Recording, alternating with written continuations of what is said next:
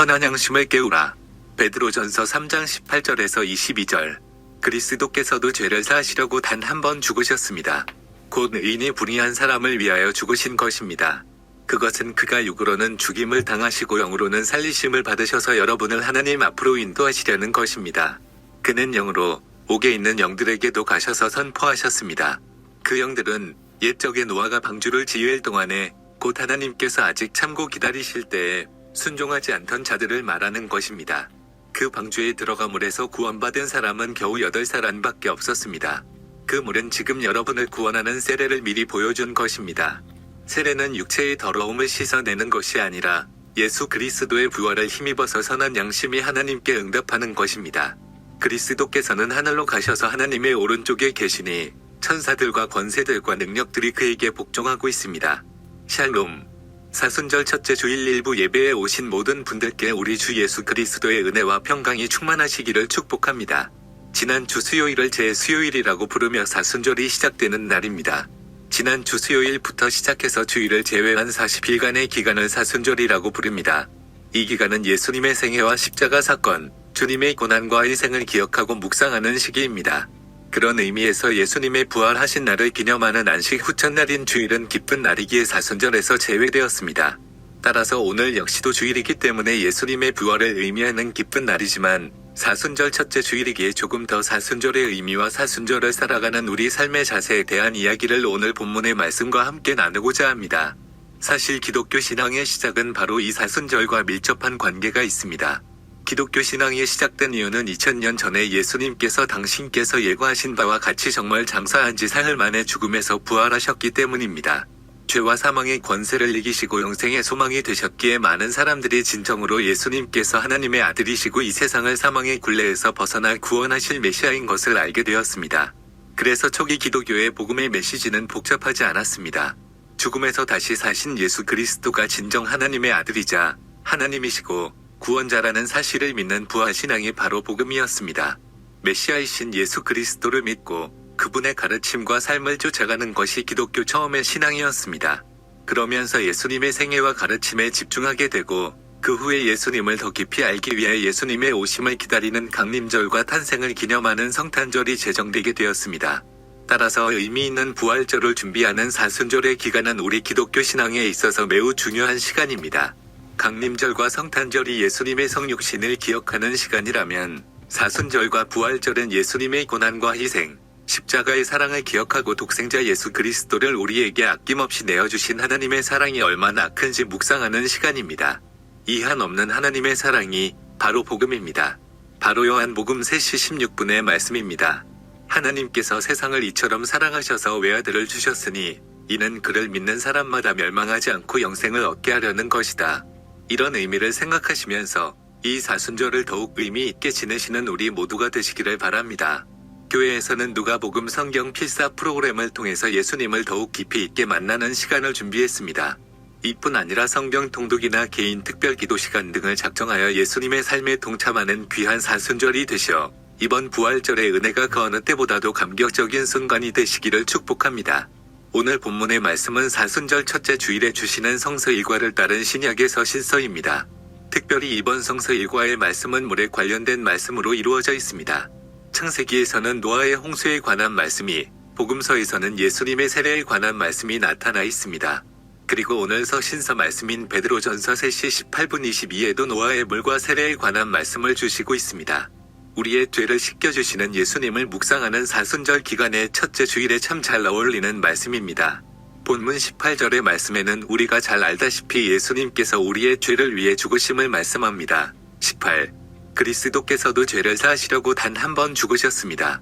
곧 의인이 불의한 사람을 위하여 죽으신 것입니다. 그것은 그가 육으로는 죽임을 당하시고 영으로는 살리심을 받으셔서 여러분을 하나님 앞으로 인도하시려는 것입니다.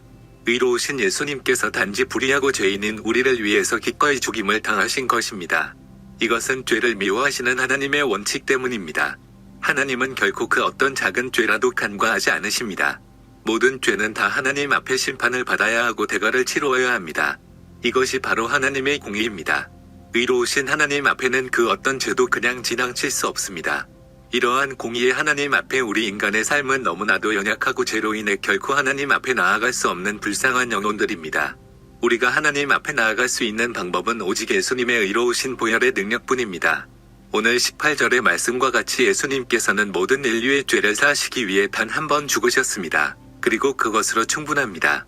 앞서 말씀드린 것과 같이 공의의 하나님은 작은 한 사람의 작은 죄도 결코 간과하지 않으십니다. 그리고 죄의 삭은 사망인 것처럼 모든 죄의 대가는 사망입니다. 우리 인간이 결코 홀로 하나님께 죄 용서함 받을 수 없는 이유는 공의의 하나님 앞에 우리의 죄값은 우리의 생명을 갚아야 하는 생명입니다. 그런 우리 인간을 살리시기 위해서는 최소한 인간의 생명 이상의 가치를 하나님께 희생제물로 드려야 합니다. 이것이 하나님의 원칙, 공의입니다. 그러나 죄인은 단 한 사람이 아닌 과거와 현재와 미래의 모든 인류이기 때문에 그보다 더 가치 있는 제물의 생명이 필요했습니다. 바로 예수님이 태초에 말씀이셨고 천지를 창조하신 이 천지 만물보다 더 가치 있으신 예수님입니다. 그렇기 때문에 예수님의 생명, 예수님의 십자가의 죽으심이 아니면 결코 우리의 죄를 용서받을 수 없는 것입니다. 세상에 그 어떤 것도 모든 인류의 죄를 질 수 있는 가치가 없기에 창조주 그분이신 예수님께서 우리를 위한 유월절 대속의 어린 양이 되신 것입니다. 따라서 19절에 있는 말씀과 같이 그는 영으로 옥에 있는 영들에게도 가서 선포하셨습니다라고 하는 고백은 20절의 말씀과 같이 예수님 이전에 노아의 홍수 때 죽은 영혼들의 구원의 문제까지도 예수 그리스도의 보혈의 능력, 즉 복음이 필요하다는 고백입니다. 이 정도로 귀한 가치, 귀한 존재, 지존하신 예수님께서 재고의 여지조차도 없는 우리 같은 죄인을 위해 이 땅에 오셔서 인간과 같이 되시고 우리를 위해 십자가의 참혹한 형벌과 죽음을 통해 대속의 어린 양이 되신다는 사실은 정말 상상할 수조차도 없는 너무나 큰 은혜입니다. 찬송가 143장 웬 말인가 날 위하여라는 찬양을 잘 아시지요? 이 찬송이 상상할 수조차 없는 은혜를 입은 우리의 심정을 잘 표현해줍니다. 웬 말인가 날 위하여 주 돌아가셨나 이 벌레 같은 날 위해 큰 애 받으셨나 내 지은 죄 다 지시고 못 박히셨으니 웬일인가 웬 은혜인가 그 사랑 크셔라. 주 십자가 못 박힐 때 그 해도 빛 잃고 그 밝은 빛 가리워서 캄캄케 되었네. 나 십자가 대할 때의 그 일이 고마워 내 얼굴 감히 못 들고 눈물 흘리도다. 늘 울어도 눈물로서 못 갚을 줄 알아 몸 밖에 드릴 것 없어 이 몸 바칩니다. 아멘. 사랑하는 여러분, 이 사순절의 기간은 그 은혜를 기억하는 시간입니다. 이 찬송의 가사가 예수님의 고난과 희생, 섬김의 흔적들을 되새기며 묵상하면서 우리의 존재 자체가 얼마나 큰 은혜를 입은 사람인가를 깨닫게 해줍니다. 이 사순절의 시기에 더욱 예수님을 묵상하면서 뜻깊게 보내시기를 바랍니다. 또한 본문 21절에는 조금 더 특별한 의미의 말씀이 기록되어 있습니다. 물은 지금 여러분을 구원하는 세례를 미리 보여준 것입니다. 세례는 육체의 더러움을 씻어내는 것이 아니라 예수 그리스도의 부활을 힘입어서 선한 양심이 하나님께 응답하는 것입니다. 노아의 홍수 때 사용된 물, 그리고 세례 때 사용된 물은 단지 더러움을 씻어내는 것만을 의미하지 않는다는 것입니다. 노아의 홍수는 당시 죄가 관영하던 시대를 위한 물세례였습니다. 세례는 단지 죄를 씻어내는 것을 의미하는 것이 아닙니다. 세례는 죽음을 의미하는 것입니다. 대표적으로 예수님 당시의 세례 요한이 요단강에서 행하였던 세례는 요단강에 들어가 세례 받는 사람을 뒤로 넘어뜨려 물에 담급니다. 그리고 숨이 막혀 바둥거릴 때까지 기다렸다가 건지게 됩니다. 거기서 세례 받는 사람은 잠깐 죽음의 순간을 경험하게 됩니다. 그렇습니다. 세례는 내가 옛 사람에 대해서, 죄인된 삶에 대해서 죽었음을 의미하는 것입니다. 그리고 물에서 건져 새로운 새 사람을 입고 새로운 삶을 얻었음을 의미하는 것입니다. 따라서 노아의 홍수의 물은 죄로 더러워진 세상에 죽고 노아와 그 가족들을 통하여 새로운 새 생명이 시작되었음을 알리는 것입니다. 이렇게 이전의 삶의 죽음을 의미하던 세례가 예수님의 부활 이후에는 죽음이 아닌 더욱 새로운 의미가 되었습니다. 바로 본문의 말씀과 같이 선한 양심이 하나님께 응답 호소하는 것의 의미입니다. 세례는 더 이상 죽음의 상징이 아닌 예수 그리스도의 부활을 믿고 고백하는 부활신앙의 성도들에게 있어 선한 양심을 깨워 하나님 앞으로 나아갈 수 있게 하는 응답이 되는 것입니다. 이 응답이라는 말의 원어는 호소하다라는 의미를 갖고 있습니다. 즉, 죄인된 우리는 하나님 앞에 나아갈 수 없는 자격 없는 사람들이지만 예수 그리스도의 부활과 십자가의 보혈의 능력이 우리를 의롭도록 은혜를 더 씹혀주시고 하나님 앞에 나아갈 수 있는 우리의 본성, 하나님의 형상을 따라 지음 받은 선한 양심을 깨워 하나님께 우리의 존재를 받아주시도록 호소하는 것입니다. 예수 그리스도의 보혈이 더 이상 우리를 죄의 삭신 사망의 노예가 되지 않도록 해방시켜 주셨기 때문입니다. 따라서 우리는 더 이상 심판과 죽음을 두려워하는 종의 영이 아닌 양자의 영을 입어 하나님의 자녀, 그리스도 예수의 거룩한 가족이 되었습니다. 더 이상 성도들의 삶이 하나님 앞에 나아가는 것을, 심판을 두려워하는 것이 아닌 하나님 앞에 나아가는 것을 기뻐하는 자녀된 삶이 되어야 합니다. 그러기 위해서는 우리 안에 잠들어 있는 선한 양심을 깨워야 합니다. 하나님의 형상 닮은 선한 양심이 하나님 앞에 연약한 우리의 삶을 호소하도록 깨어있게 해야 합니다.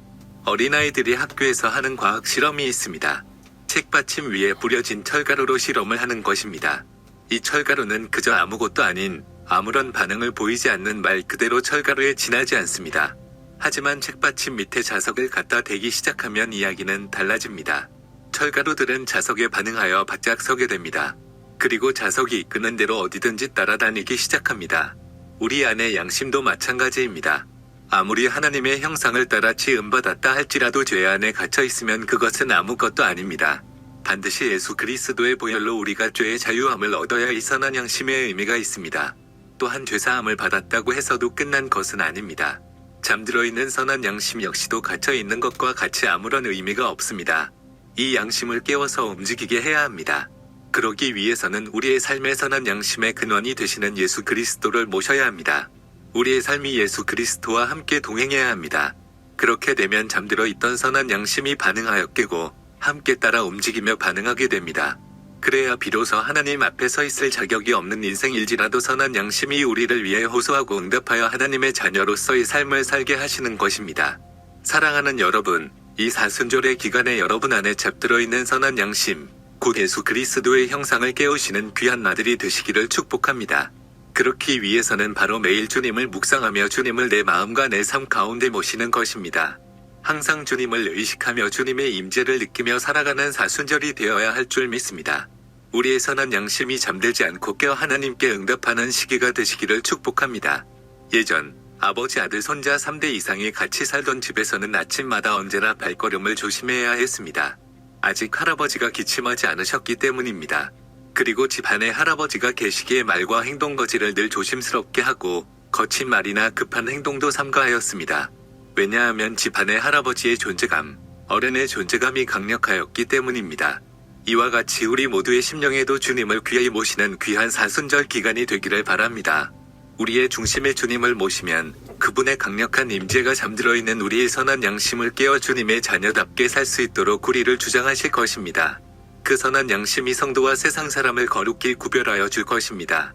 사랑하는 여러분, 사순절이 시작되었습니다. 이 사순절의 기간에 주님을 모시고 선한 양심을 깨어 매일매일의 날로 새로워지고 하나님 존천에 한 걸음씩 더 가까이 나아가는 우리 모두의 삶이 되시기를, 이번에 맞이하는 부활절이 그 어느 때보다도 감격적이고 충만한 부활절이 되도록 주님의 이름으로 축원드립니다. 아멘.